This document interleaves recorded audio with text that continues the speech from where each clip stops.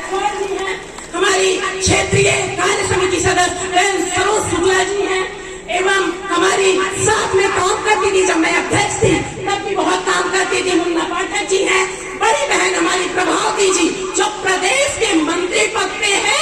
आंगनबाड़ी संगठन में आपने बहुत मेहनत किया है और लगातार सांसद जी के हर कार्यक्रमों में वो आती हैं, इसके लिए कोटि कोटि धन्यवाद। बड़े भाई SP अग्रवाल जी का हार्दिक आभार एवं सम्मानित मंच, क्योंकि सम्मानित मंच पे बहुत लोग हैं एवं सोहरतगढ़ की सम्मानित जो माताएं बहनें जो नारी शक्ति स्वरूपा इस नवरात्रि में दर्शन दे रही है, आप सभी लोगों का मैं कुमारी मोनी पांडे वंदन अभिनंदन करती हूँ, आपको नमन करती हूँ।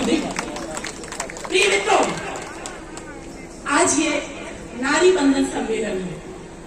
आप सोचती होंगी कि इस सम्मेलन में हम आए हैं तो ये ऐसे ही आ गए हैं, कोई कानून है क्या नहीं है, लेकिन प्रिय बहनों, ये नारी बंधन अधिनियम ये कोई सामान्य कानून नहीं है, ये कोई सामान्य कानून नहीं है।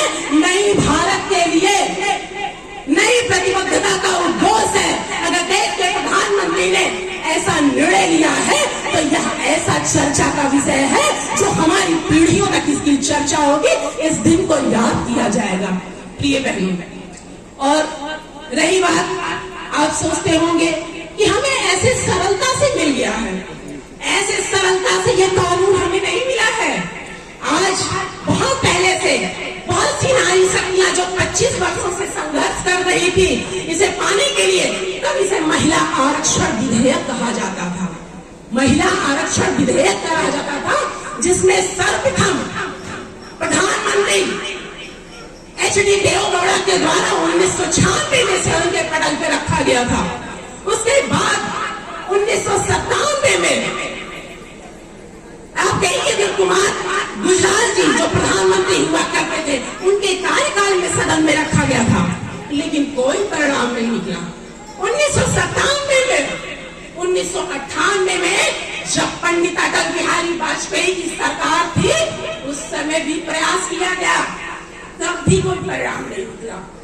लेकिन 2010 में जब मनमोहन सिंह की सरकार आई तो उस समय राज्यसभा में तो पारित हो गया, लेकिन लोकसभा में पारित नहीं हुआ। उसके बाद इसी बीच महिलाओं की एक संस्था आई, नेशनल फेडरेशन ऑफ इंडिया। उसने सुप्रीम कोर्ट से एक सवाल पूछा कि आखिर महिला आरक्षण विधेयक में इतनी देरी क्यों? और उस समय देश के प्रधानमंत्री आदरणीय नरेंद्र मोदी जी ने संज्ञान में लेते हुए कहा, उनसे कहा कि आखिर क्यों इतनी देरी? तो प्रधानमंत्री जी ने इस बात को संज्ञान में लिया और सुप्रीम कोर्ट ने कहा कि क्यों न इसे 6 महीने में ही पास कर दिया जाए। लेकिन प्रिय बहनों, कोविड के चलते या मार्च 2023 में सुप्रीम कोर्ट के द्वारा ही स्थगित कर दिया गया। लेकिन आप लोगों को पता है, देश के प्रधानमंत्री हमेशा महिलाओं की चिंता करते हैं, आवास हो, बिजली हो, सब कुछ आपको दिया, लेकिन उन्हें आधी आबादी की विशेष तौर पर चिंता रहती है। क्योंकि 2014 में जब संसद में गए थे तब भी यही बात कहे थे कि ये सरकार महिलाओं की होगी, मजदूरों की होगी, और उन्होंने ऐसा किया। और उनसे रहा नहीं गया, वो 8 सितंबर को संविधान के 128वें संस्करण में उस संविधान को संशोधन कर उसमें इस नए रूप में, इस नए नाम के साथ हमें नारी शक्ति बंधन अधिनियम पारित करा के दिया। मैं धन्यवाद देती हूँ आदरणीय नरेंद्र मोदी जी का व्यक्तिगत तौर पे, और समस्त सिद्धार्थनगर की महिला मोर्चा से पूरे देश में प्रदेश की महिला मोर्चा के मैं धन्यवाद देती हूँ आदरणीय नरेंद्र मोदी को। मैं धन्यवाद इसलिए भी देती हूँ कि जहाँ पुरुष और महिला लगभग मतदाता बराबर है इस देश में, वहीं आज हमारी लोकसभा में प्रतिशतता 12 से 14% लगभग है।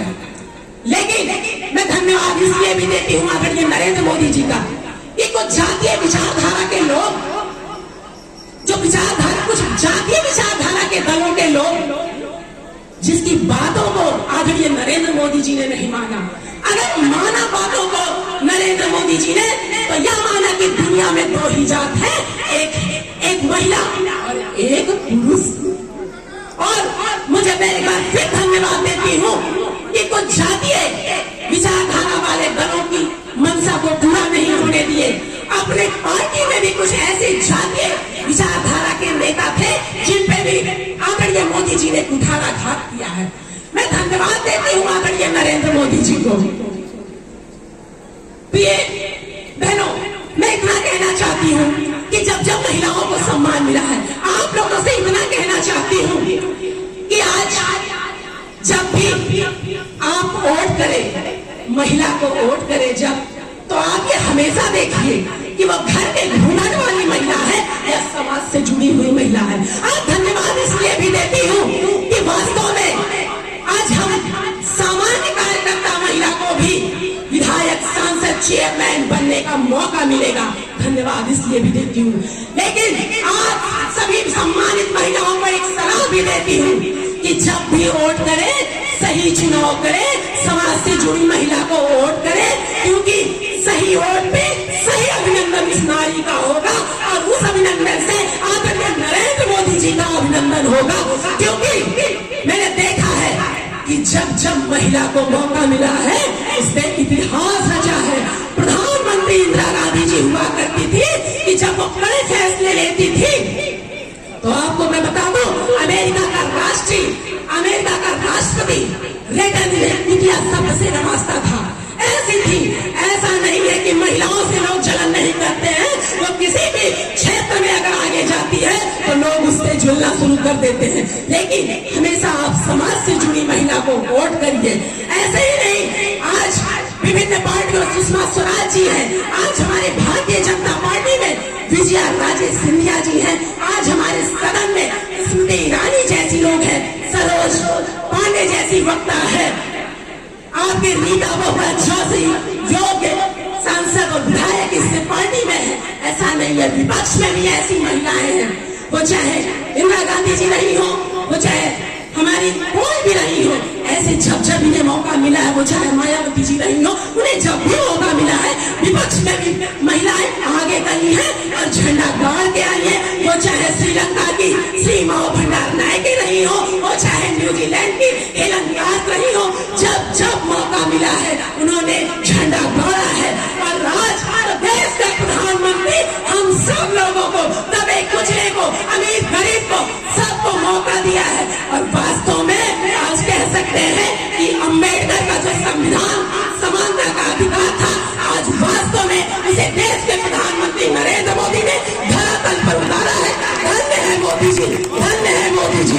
आदरणीय सांसद जगदम्बिका पाल जिंदाबाद, जिंदाबाद। नरेंद्र मोदी जिंदाबाद। कन्हैया पासवान जिंदाबाद। अर्चना चंद्रा जिंदाबाद। भारतीय जनता पार्टी